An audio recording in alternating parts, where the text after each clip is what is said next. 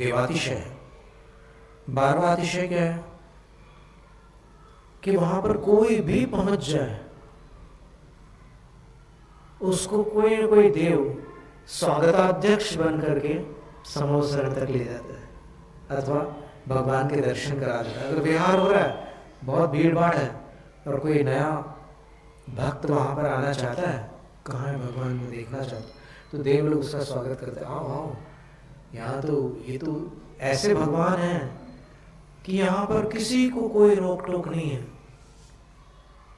यहाँ सबका स्वागत है, आओ आओ। सब देव लोग उनका स्वागत करते हैं। ज्योतिष के देव भी होते हैं, वैंतर देव भी होते हैं, और अमृत भुजा अन्य भी, और अमृत का भोजन करने वाले अन्य भी बहुत सारे देव हो सकते हैं। वो सब कुलशुभ आज्ञा पर, इंद्र की आज्ञा से स्वागत करते हैं। कोई अब कितना भी गरीब आदमी हो, कितना भी साधारण परिस्थिति वाला हो, कितना भी दिखने में विरूप हो, सबका भरपूर स्वागत होगा। जैसे एक कथा उसमें आती है ना, श्री कृष्ण और सुदामा की, तो उसके ऊपर जो काव्य लिखे गए हैं, हमें कवि चंद्रभान जैन ने कटनी में 1994 में, 29 साल पहले, वो कविता सुनाई थी। वो बहुत अच्छे कवि थे और इतनी सुंदर कविता सुनाई थी कि उसमें 4 लाइनों में सुदामा का वर्णन था कि केश बिखरे हुए धूली धूसरित थे, चेहरा भी बरसों की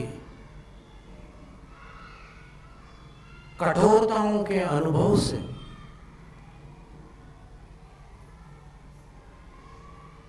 कुछ ऐसी रेखाओं से युक्त था कि जिसको देख करके कहा जा सकता था कि इस मानव ने दरिद्रता की हर पीड़ा को झेला हुआ है।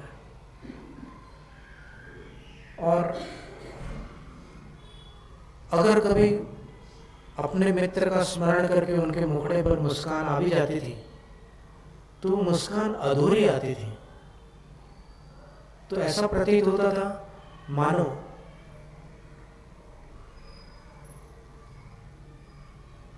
वो अपनी खुशी को संकट के डर से व्यक्त नहीं कर पा रहे। कि कभी कभी ज्यादा खुश होने से फिर रोने का समय भी जल्दी आ जाता है। कहते हैं ना कि ज्यादा हंस मत, फिर रोना पड़ेगा बोले। तो वो संकोच करके मुस्कुरा रहे थे। मित्र का स्मरण करके उसको प्रसन्नता तो हुई नहीं थी।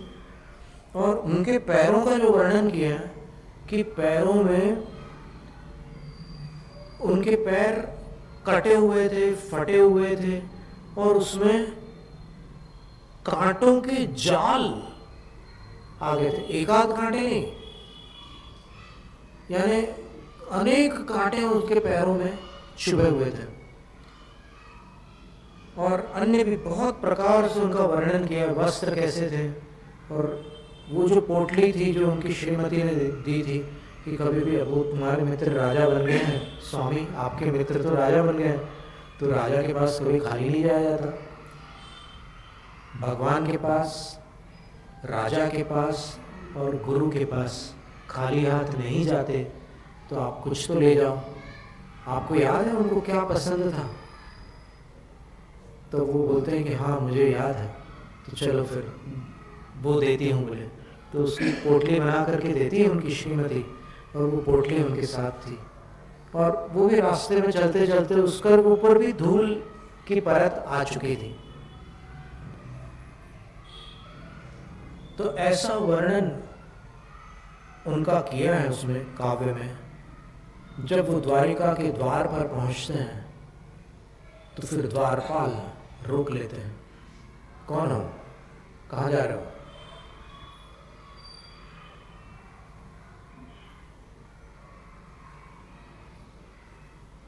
तो कहते हैं कि मैं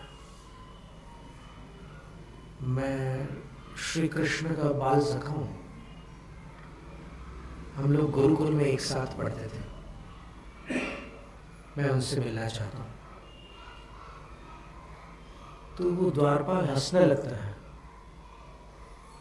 कि इतने बड़े सुदर्शन चक्र के अधिपति बहाने बनाकर अंदर जाना चाहता है क्या द्वारिका नगरी में? चल चल निकल यहां से, हमारे नारायण के पास फुर्सत नहीं है तेरे जैसे लोगों से मिलने की।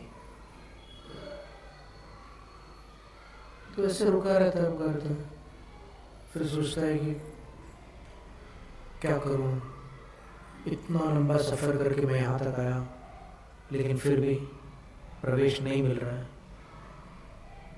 तो क्या होता है कि कभी कोई इस प्रकार की कोई घटना होती है तो कानों कान वो बात कहीं से कहीं फैल जाती है, और अगर कोई महिला के पास वो बात चली जाए तो वेग बढ़ जाता है। तो वेग बढ़ते बढ़ते जो श्री कृष्ण जी के महल के द्वारपाल थे उनकी पत्नी से वो उन तक चला गया, और फिर वो द्वारपाल देखने गए कि भाई कौन है ये, कृष्ण का बाल सखा कह रहे हैं अपने आप को, इतने बड़े सम्राट द्वारिकाधीश। तो उन्होंने देखा उसको, पूरा वर्णन उसने अपने दिमाग में भर लिया कि भाई वो ऐसे ऐसे दिख रहे हैं। तो वो श्री कृष्ण जी से जैसे मुलाकात, तो श्री कृष्ण जी बोलते हैं कि तुम्हारे अंदर कोई बात है। वो चेहरा पढ़ लेते हैं और बोलते हैं कि कोई बात है, बोलो बोलो क्या बोलना चाहते हो। बोले कि नहीं कुछ नहीं। अरे नहीं, मुझसे छुपा नहीं सकते। बोले तो फिर उसमें भी 4 पंक्तियां रविंद्र जैन जी ने जो लिखी है, बड़ी अद्भुत लिखी है। तो उसमें उन्होंने पूरा वर्णन किया सुदामा का, और लास्ट में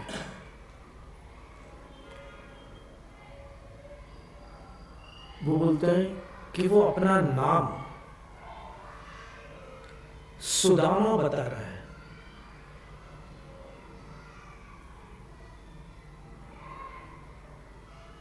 तो जैसे श्री कृष्ण अपने मित्र सुदामा का नाम सुनते हैं वो सुध बुध खो बैठते हैं, और पैरों में भी कुछ पहने बिना दौड़ पड़ते हैं द्वारिका के प्रमुख द्वार पर। तो सुदामा भी प्रतीक्षा करते करते करते करते अंत में निराश हो जाता है और वापस लौटने का होता है। तो कृष्ण को भागते हुए देख करके सारी भीड़ उनके पीछे भागती है कि अरे नारायण को आज क्या हो गया, ये कहाँ जा रहे हैं। और जैसे वो द्वारपाल से पूछते हैं कि द्वारपाल सुदामा कहाँ है। द्वारपाल घबरा जाता है कि अरे मेरी बहुत बड़ी गलती हो गई। तो बोलते हैं कि यहीं पर थे, अभी उस तरफ जाते हुए देखा है मैंने। तो कृष्ण उस द्वारपाल को भूल जाते हैं, उसकी गलती पर ध्यान ही नहीं जाता उनका। वो दौड़ लगा करके सुदामा को रोकते हैं, और उसके बाद जो स्वागत करते हैं द्वारिका में उनका, बस वही स्वागत समूह शरण में जैसे धनवंतों का होता है वैसे ही निर्धनों का भी होता है। ये देवातिश है। देवातिश बताने के लिए इतना विस्तार कर दिया।